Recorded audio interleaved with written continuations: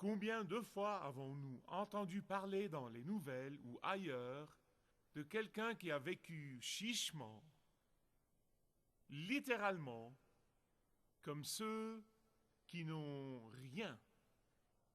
Et quand il est mort, ils ont découvert qu'il amassait de l'argent et qu'il était très, très riche. Et parfois, il y a des gens qui viennent d'un milieu privilégié et qui gaspillent le tout. Et il y a des gens qui viennent d'une bonne famille, mais qui ont vraiment honte de leur nom de famille. D'une perspective laïque, je suis tombé sur cette déclaration d'Oscar Wilde, qui est un grand dramaturge, qui a fait une confession vers la fin de sa vie. Et voici ce qu'il a dit. Mais sachez qu'il ne connaissait pas le Seigneur. Oscar Wilde a dit: les dieux m'ont presque tout donné, mais je me suis abandonné à de longues périodes de facilité insensée et sensuelle. Je me suis lassé d'être sur les cimes et je suis délibérément allé au bas-fond à la recherche de nouvelles sensations. J'ai oublié que tous les actes d'un jour ordinaire font ou défont le caractère, et que par conséquent, ce que l'on aura fait en secret dans notre vie sera proclamé sur les toits. J'ai cessé d'être seigneur de moi-même, je n'étais plus le capitaine de mon âme, et je ne le savais pas. J'ai permis au plaisir de me dominer et je me suis retrouvé en horrible disgrâce. Quand vous lisez ça, vous ne pouvez pas vous empêcher de dire quelle tragédie que cet esprit sensible n'ait pas connu la grâce du Seigneur Jésus-Christ. Quelle tragédie que quelqu'un comme ça n'ait jamais connu l'amour rédempteur de Jésus-Christ. C'est vraiment tragique de voir des gens vivre presque toute leur vie dans le feu ardent, le feu brûlant de la culpabilité, sans savoir comment recevoir la délivrance. Et pourtant, il y a même une plus grande tragédie, vraiment, il y a une plus grande tragédie, et c'est quand les croyants au Seigneur Jésus-Christ mènent leur vie en ignorant ou en niant, ou les deux à la fois, tous les privilèges qu'ils ont en Christ. Certains croyants vivent indifférents aux bénédictions énormes, et je ne parle pas de bénédictions matérielles, aux privilèges énormes de leur identité en Jésus-Christ. Et à cause de cette ignorance, à cause de cette indifférence, ils vivent non seulement comme des indigents spirituels, mais encore en ayant peur de combattre pour la foi. Et c'est pourquoi Jude, avant de pouvoir défier les vrais et authentiques croyants, de lutter et de combattre pour la vérité de la foi, avant de pouvoir faire ça, il a dû leur rappeler tous les privilèges spéciaux qu'ils ont en Jésus-Christ. Et il a commencé son épître avec ça, je reviendrai sur ce point dans un moment. Jude lui-même était demi-frère du Seigneur Jésus-Christ. Cet homme, demi-frère de Jésus, était tellement submergé de l'amour de Jésus, il était tellement dans l'humilité par la grâce de Jésus, il était tellement impressionné par les privilèges qu'il a en Jésus, qu'il s'est fait appeler doulos, serviteur de Jésus, esclave de Jésus. Il s'est présenté uniquement comme le frère de Jacques, esclave de Jésus, frère de Jacques. Après la naissance virginale du Seigneur Jésus-Christ, la Bible nous dit qu'il y a eu 4 frères et un nombre inconnu de sœurs à Jésus, qui sont nés de façon naturelle. Matthieu chapitre 13, 55 cite les 4 frères, ainsi que Marc 6, 3. Et Paul y fait allusion dans Galates chapitre 1, verset 19. Matthieu nous dit que c'était Jacques, Joseph, Simon et Jude, et un nombre de sœurs. Et pourtant, Jude, le 4e frère, se sent vraiment si indigne de se faire appeler demi-frère de Jésus et dit « Je suis le doulos de Jésus ». Vous vous souvenez bien sûr que la Bible a dit dans Jean chapitre 7, verset 5 que les frères de Jésus ne croyaient pas en lui. Oh, mais après la résurrection, tout a changé. Jude est devenu un grand évangéliste et il a écrit cet épître magnifique. Vous voyez, pour Jude, sa relation avec Jésus comme serviteur de Jésus est bien supérieure à tous les liens de parenté. C'est très important ici, car ce qu'il va essayer de faire et ce qu'il va commencer à faire, c'est un contraste entre lui comme vrai croyant ainsi que tous les vrais croyants d'une part et les apostats d'une autre part, qui sont dans l'Église et qui sont peut-être des enseignants et des prédicateurs dans l'Église. Il fait un contraste très clair. Jude est non seulement submergé par la grâce de Jésus, Jude non seulement estime que c'est un grand privilège de se faire appeler serviteur de Jésus, mais encore, il veut que tous les vrais croyants se rappellent leur privilège en Jésus. Vous vous rappelez que je vous ai dit dans le dernier message que le seul appel que Jude lance dans son épître, c'est que les croyants combattent pour la vérité de leur foi. Quels sont tous ces privilèges ?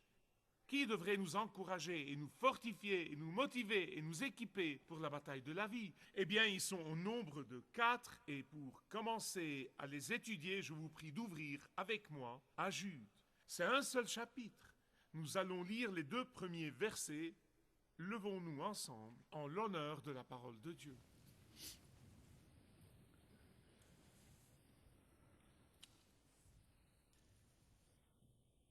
Jude, serviteur de Jésus-Christ et frère de Jacques.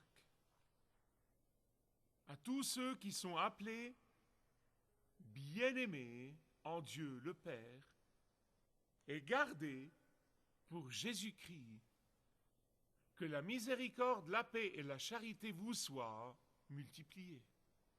Voilà les 4 privilèges fantastiques que les vrais croyants ont en Jésus-Christ. Et ils sont bien plus grands que toutes les richesses du monde. Tout d'abord, nous sommes conscrits par Dieu le Saint-Esprit. Je vais vous expliquer pourquoi j'utilise ce mot.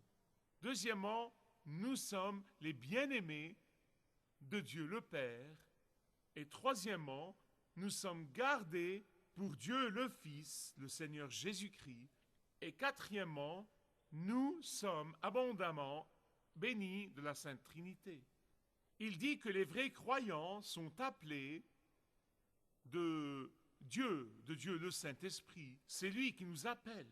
Ah, mais ce n'est pas le même mot par lequel Dieu appelle les pécheurs à se repentir et à croire en lui. C'est un appel différent de celui dont parle Jude ici. Une traduction plus exacte serait conscrit ou à contraint. Et c'est pourquoi je l'ai utilisé dans mon énumération. Vous dites de quoi parles-tu? Eh bien, je vous parle du moment par lequel nous sommes tous passés, chacun de nous. Et si vous ne l'avez pas encore vécu, j'espère qu'aujourd'hui serait le moment pour vous. Mais tous les vrais croyants ont été dans une situation dans leur vie où ils étaient morts par leurs offenses et par leurs péchés. À un moment donné dans nos vies, nous sommes tous nés avec ça, nous refusions complètement d'admettre la puissance du péché dans notre vie. Nous refusions complètement d'admettre notre besoin désespéré d'un sauveur. Nous refusions complètement d'admettre notre condition désespérée. Et à ce moment-là, le Saint-Esprit est intervenu et a surnaturellement ouvert nos yeux spirituels et nous a ressuscités de notre mort spirituelle. Tout d'un coup et d'une manière soudaine, la carcasse morte au-dedans de nous a commencé à vibrer et à dire « Waouh, je vais vivre maintenant, j'étais morte et je me suis éveillée. » Et quand vous vous êtes éveillé, cet éveil spirituel à ce moment-là, vous étiez tellement submergé du fait que vous avez vraiment offensé un Dieu saint, que vous êtes pécheur, que vous ne pouvez pas vous sauver vous-même, que vous avez désespérément besoin du Sauveur pour vous pardonner vos péchés et vous réconcilier avec Dieu le Père et vous donner la vie éternelle. C'est le moment où vous avez été ressuscité de votre mort spirituelle. C'est le moment où l'appel de Dieu est venu dans votre vie. Vous a conscrit pour venir, vous a contraint à venir voir la vérité. C'est le même appel dont Jésus a parlé dans Jean 6, 44. Il a dit, « Nul ne peut venir à moi. » Pouvez-vous dire ça avec moi? « Nul ne peut venir à moi si le Père qui m'a envoyé ne l'attire, ne l'appelle, ne le circonscrive. » Comme c'est merveilleux que Dieu, dans sa sagesse souveraine, nous appelle à lui-même, par sa grâce, par sa volonté souveraine, par son bon plaisir, par sa miséricorde. Oh, il nous appelle par sa grâce. Ça n'a rien à voir avec votre identité, ça n'a rien à voir avec ce que vous avez fait. Cela en soi devrait nous amener à nous consacrer, devrait nous motiver à combattre pour la vérité sans nous soucier du prix et sans nous soucier de qui dit quoi. Mais ce n'est pas tout. Deuxièmement, il dit que vous êtes aimés de Dieu le Père. C'est un autre mot qui est au-delà de la compréhension. Et je ne prétends pas le comprendre ou le saisir, et je suis convaincu que je ne le comprendrai pas avant d'arriver au ciel, avant d'arriver à l'autre côté de la gloire. Pourquoi? Parce que nous ne sommes pas juste aimés de Dieu, mais nous sommes bien aimés de Dieu. Il y a une différence énorme. Je vais vous l'expliquer dans un instant. Avant la création du monde, vous étiez bien aimés de Dieu. Avant que le monde fût formé, vous étiez bien-aimés de Dieu d'une façon unique. Il y a une différence entre l'amour de Dieu pour les perdus et son amour pour les sauvés, pour ses enfants, pour ceux qui sont venus à lui, pour ceux qui croient en lui. Il y a une différence énorme, car Dieu a tant aimé le monde. Il aime l'ensemble, il aime sa création, il aime le monde, il aime les pécheurs. Mais les croyants sont bien-aimés de lui. Et non seulement aimé. Si vous avez saisi, dites Amen. Et c'est pourquoi, quand Jean le disciple est submergé par ce genre d'amour, dans 1 Jean chapitre 3, verset 1, il dit « Voyez quel amour le Père nous a témoigné pour que nous soyons appelés enfants de Dieu. » Vous savez, vous entendez toujours les gens dire, surtout des politiciens, non-croyants, que nous sommes tous les enfants de Dieu. Que nous sommes tous ces enfants. Je veux me lever et crier non, non, non, non, non, non. Nous sommes tous la création de Dieu. Nous ne sommes pas tous les enfants de Dieu. Seuls ceux qui sont conscrits, seuls ceux qui sont sauvés, seuls ceux qui sont bien-aimés sont les enfants de Dieu. Je vous ai dit que la différence entre un chrétien vaincu et un chrétien victorieux, c'est le fait de comprendre ses privilèges. Quand vous méditez sur le fait que vous n'êtes pas juste aimé, mais que vous êtes bien aimé, vous aurez tout le courage dont vous avez besoin pour combattre pour la vérité de la foi. Et c'est là que Jude a dû commencer avant de pouvoir dire combattez pour la foi. Quand vous vous rendez compte que vous n'êtes pas juste aimé, mais que vous êtes bien aimé, et vous n'êtes pas bien aimé à cause de qui vous êtes, ou à cause de votre valeur, ou à cause de votre fortune, ou à cause de votre justice, car la Bible dit que toute notre justice est comme un vêtement souillé à ses yeux. Mais vous vous rendez compte que vous êtes précieux, que vous êtes digne, parce que vous êtes bien aimé. Il y a une différence énorme. Quand vous comprenez bien tout ça, vous ferez tout pour exprimer votre gratitude et vos actions de grâce au Dieu qui vous a bien aimé.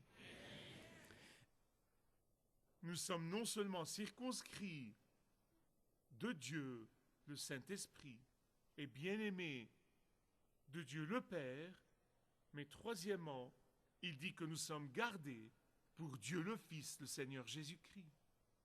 Que veut dire être gardé pour Jésus? Écoutez, vous êtes, et tous les vrais croyants sont dans une position de triple protection. Et puisqu'il n'y a pas de puissance dans l'univers, il n'y a pas de puissance au monde plus grande que la puissance de Jésus, vous savez ce qu'il a dit? Quand il a donné à ses disciples ce que nous appelons la grande commission d'aller prêcher l'évangile, vous savez ce qu'il a dit? Il a dit, tout pouvoir m'a été donné. Combien de pouvoir?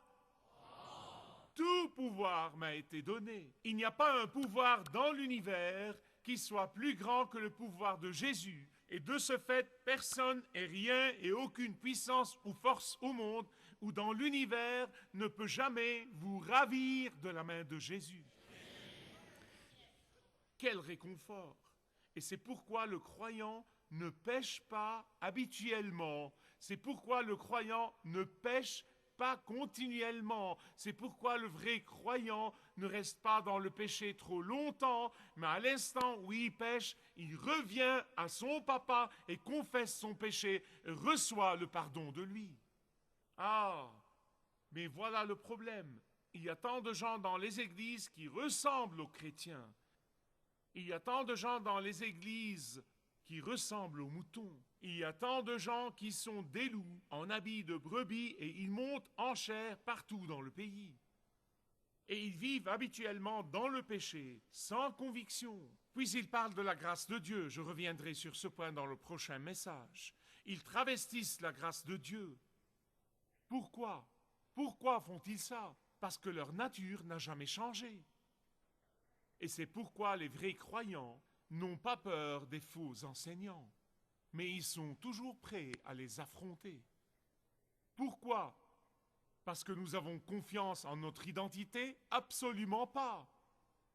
Mais parce que nous avons confiance en celui qui nous garde éternellement. Parce que nous savons qu'il nous fortifiera pour combattre pour la vérité, non pas avec notre force, mais avec la sienne.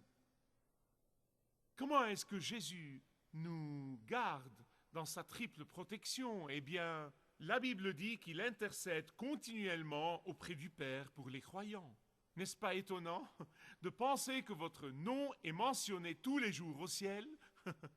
Et cela devrait vous remplir d'une joie indicible et de confiance et de révérence. Conscrit par Dieu le Saint-Esprit, bien-aimé de Dieu le Père, gardé par Dieu le Fils. Quatrièmement, extraordinairement, abondamment béni de la Sainte Trinité.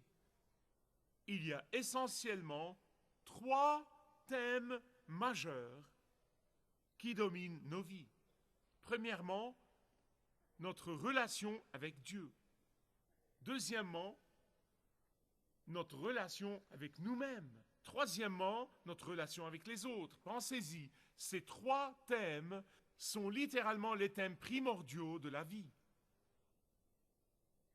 Quand vous avez une relation avec Dieu à travers Jésus-Christ, Jude dit que vous aurez une miséricorde abondante.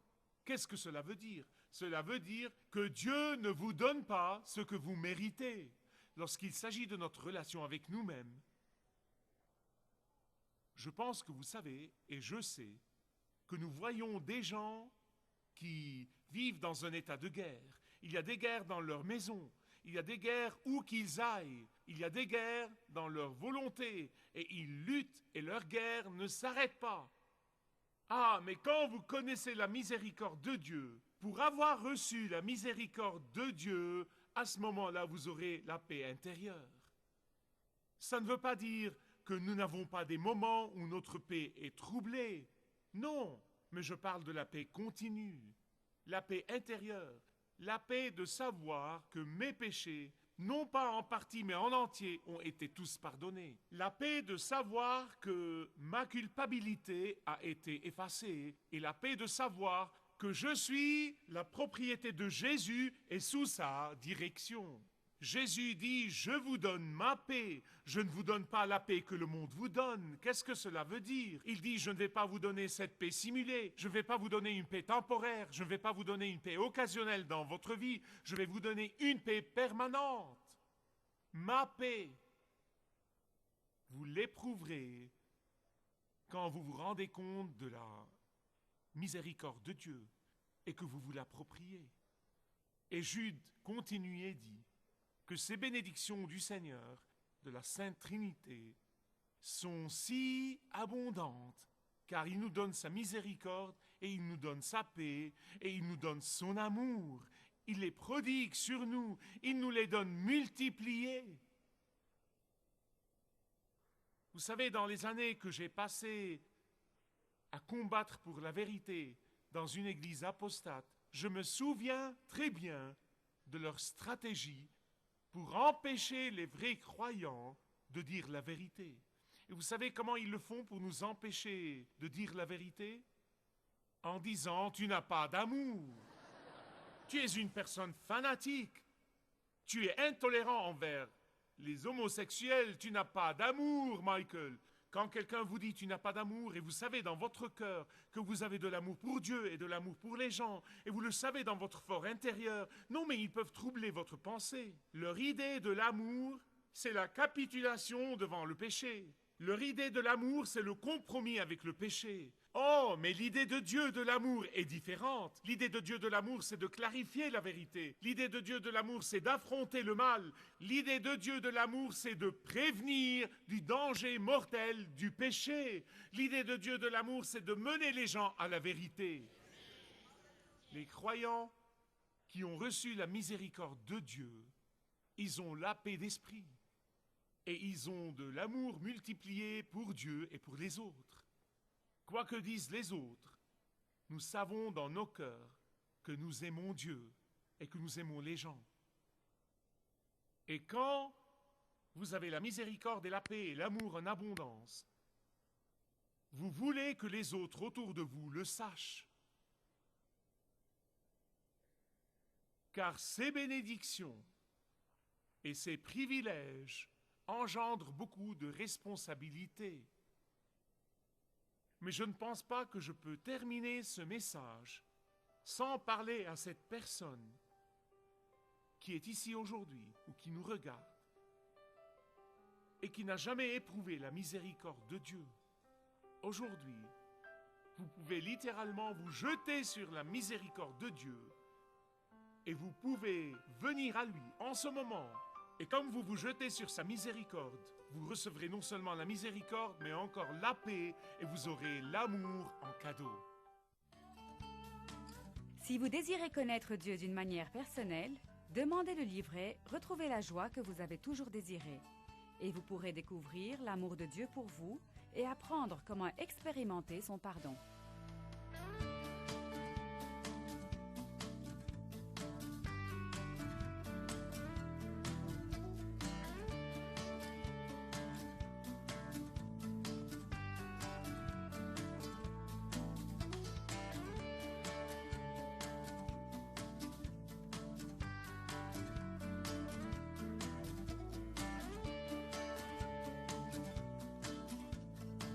Si vous avez une relation personnelle avec Dieu et vous êtes intéressé à marcher plus intimement avec lui, demandez le livret « 7 pas sur le chemin de la foi » qui vous guidera dans une relation plus profonde avec votre Père Céleste. Demandez votre livret gratuit.